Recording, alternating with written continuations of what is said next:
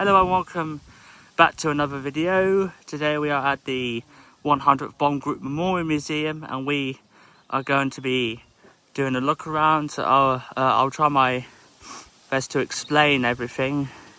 And so yeah, we're going to start in the control tower here. In case if you didn't know, it was once the original control tower when this was RAF 4 Pabot. So we'll go ahead inside now and have a little look. We'll progress through each of the floors, so let's do this.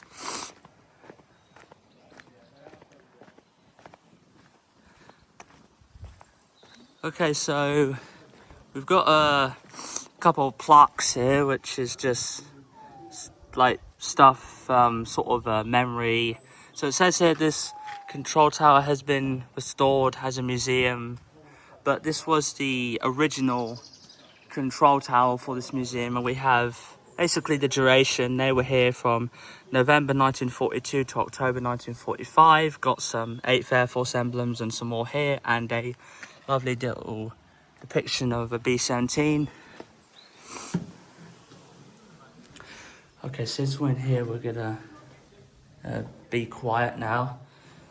These are some of the uniforms I used to wear. We've got officers' uniforms and a pilot's uniform. Technically, they'd all have, uniforms to sort of identify who they were, in my opinion, of course. But then again, they were just to make you look respectful. Here we have, I don't know if you can see it, but a B-17 model here, which is the type of aircraft they flew there. I said the wrong thing there. So yeah, the square D was their emblem. Here we have another image of the men working. So basically, I think the B-17 crew would consist of a bombardier, gunner, pilot. We've got a navigator here. His job was to, show them the way, and the gunner was sort of here. And technically they didn't really come back in one piece, hence why they were called the Bloody 100th. It was carnage, really. Okay, so this is technically modern bomb group. They're not really called that in this day. They're known as the, if you can see, the 100th Air Refueling Wing. Their motto is the Bloody 100th as well, obviously, but they fly these bad boys. It's a very nice model of a strato tanker here. I'll zoom in for you guys. We got the US Air Force, the square D, and the roundel. So yeah, technically, that's their refueling wing. We've got a little depiction of what one of their tails look like. So again, there's the square D and the RAF Mildenhall badge. These are some of the Air Force ranks here. So we got these starting from airman all the way to the final one, which I don't know. And we have the emblem for Mildenhall. Technically, it's their home base. They're based there, and yeah, this is the modern Bloody 100th. Their job is to refuel aircraft, obviously. Got a little yesterday and today, sort of basically the old and the new, both have square D, the sort of, so that people know that the 100th Air Refueling Wing was the new bomb group.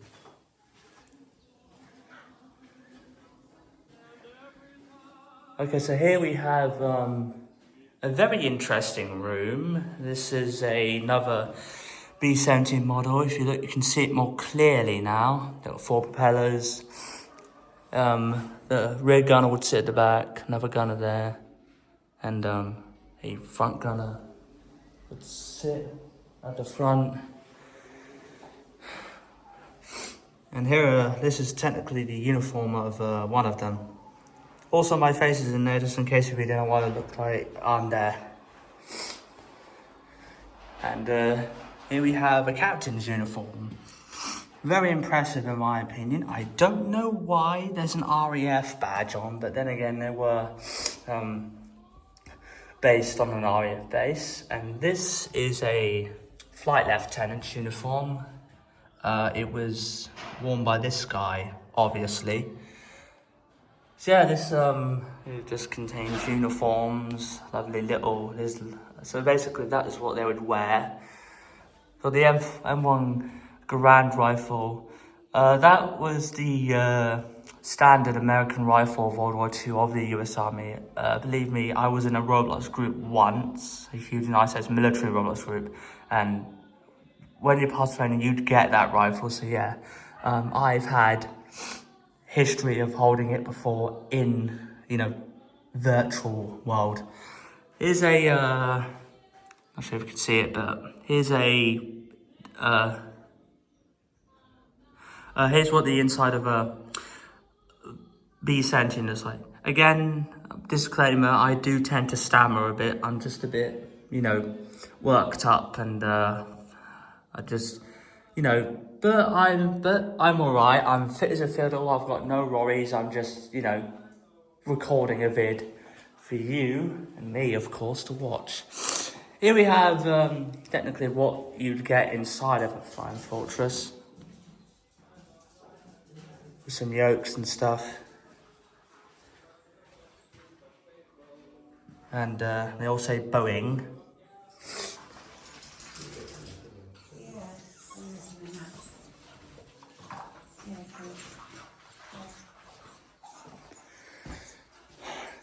So here we've got a chapel. They'd probably do their praying in here. And we've also got the emblem of the bomb group. A bit different from the current emblem they have.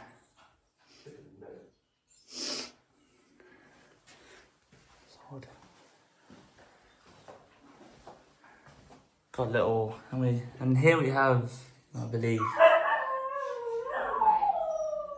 a telephone switchboard, along with something else.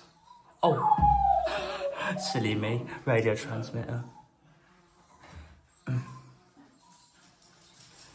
So yeah, that's there.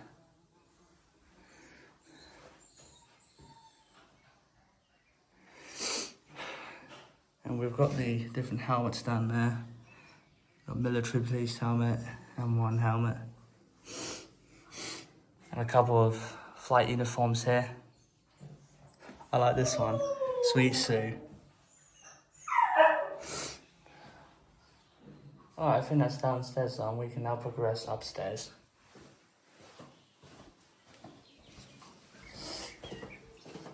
Okay, so up we go.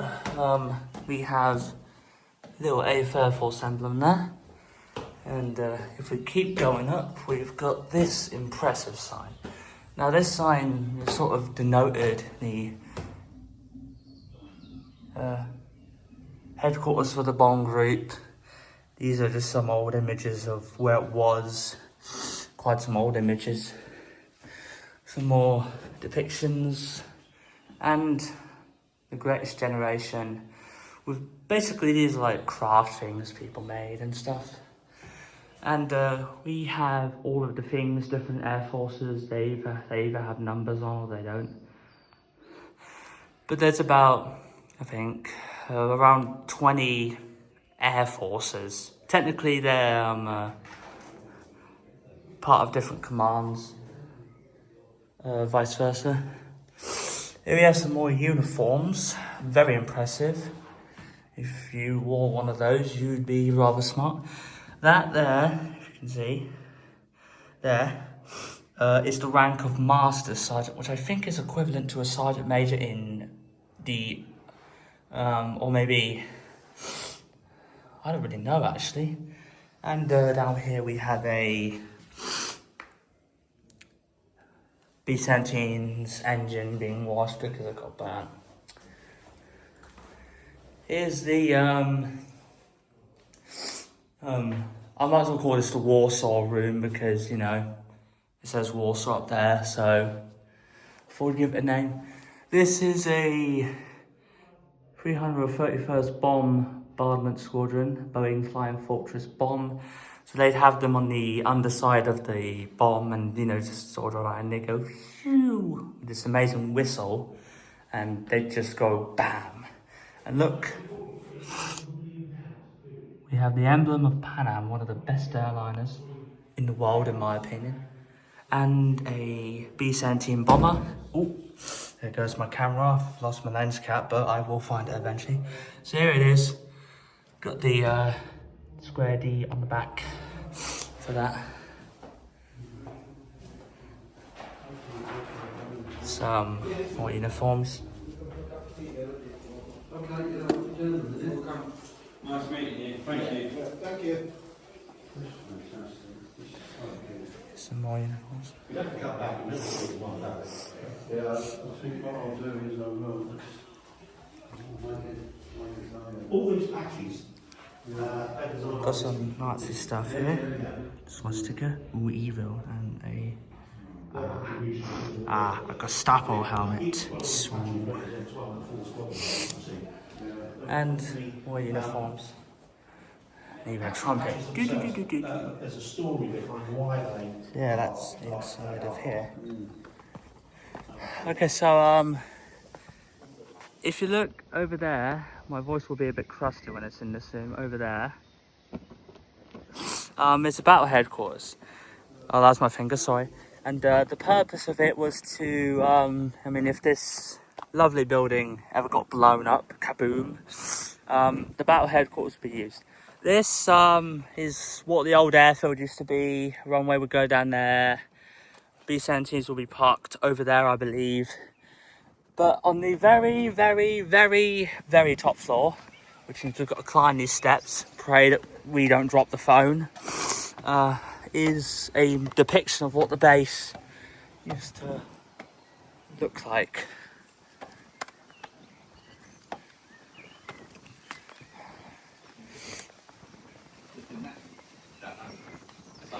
But it depends who you talk to. Now you talk to them.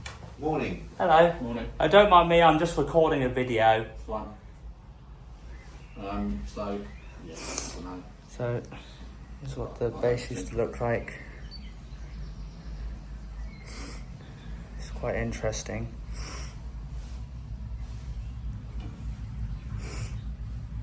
So I think we're about, here-ish. About one, two, three runways here. They would have a lot of B-17s on those circles. And a bunch of other buildings which I've visited to before.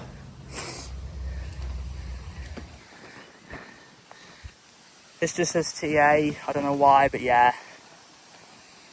Alright, that's the control tower done. We're going to be moving towards that building down there. I've got some more interesting stuff there. Then we'll be doing that building, and after that, just going to conclude the video. Thanks.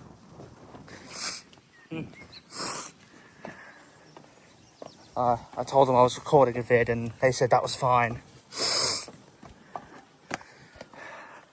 Okay, so yeah, that model sort of depicted what the airfield used to look like, and it's really interesting.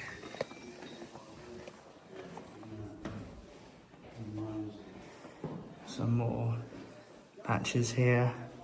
Another model of the B-17 is quite interesting. Keep this door shut again.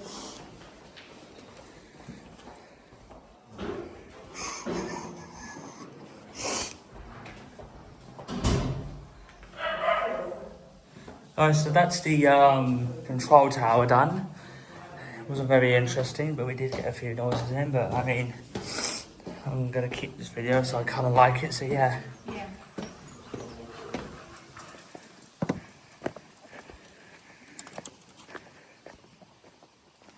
Alright, so we got a little plaque over here.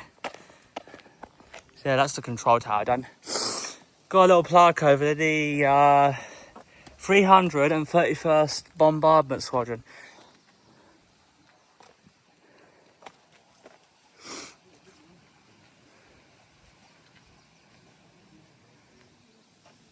Oh, sorry, I am I lost my train of thought there. So yeah, basically the bomb group was like this massive thing, and they had other little units called bombardment squadrons, and this was one of them, to say the least. This is a little interesting piece. This is some underground thingy with a QR code. Technically, this was used as a shelter, some sign. Let me see if I can get in there, but you can't see it that well, but still, that's fine.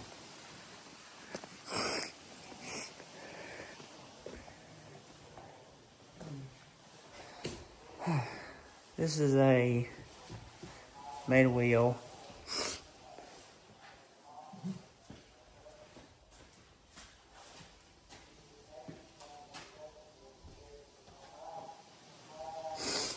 Right. Okay, so these are two wheels of a Boeing B-17. The main wheel is quite massive, and this is the tail wheel, hence why it was a tail dragger. Here we have a little seat. I believe they would sit on these. Ooh.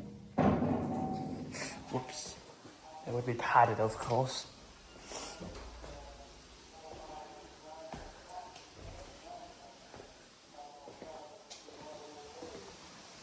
I've got to say, I'm really amazed how big and sturdy this wheel is. No wonder they could literally survive the hardest of landings. We've got a little welcome, you are now entering Fiona 15th Bomb Squadron HQ. Haven't seen Reg, have you? Yeah, he was wandering around. He was just in here.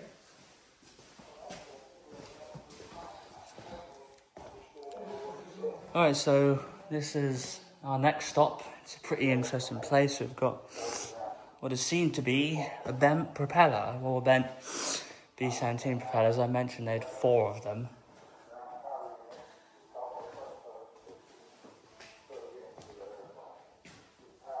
Oh, and an engine, that's nice.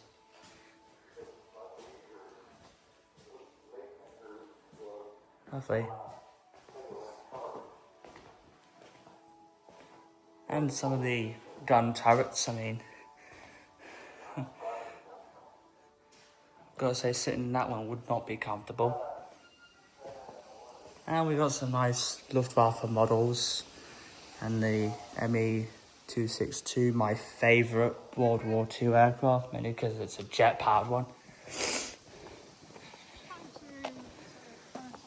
So, we've done the control tower, and we've done this building, so we've got one more building left to go. Then that'll be it, really. So I believe these are all, I think, used as Nissan huts as well.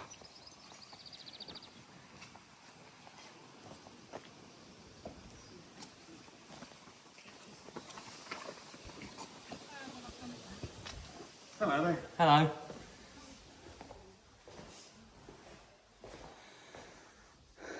Okay. Got another V17 model. Zoom in. There it is. It's beautiful. And thing. So there's a bit of history actually. When I might have to cut that out or something. I was not supposed to get that in the video. I don't think anyone will notice anyways. I don't think anyone's stupid enough. But yeah. Here's a sort of a little... I'll take it from this angle. Here's a sort of a little... Whoops. Now I see why I need a lens cap on.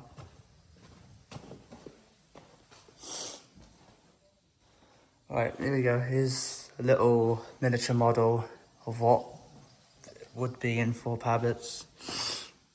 So we got the B-17, a much more bigger model of it, the control tower, when it was actually being used.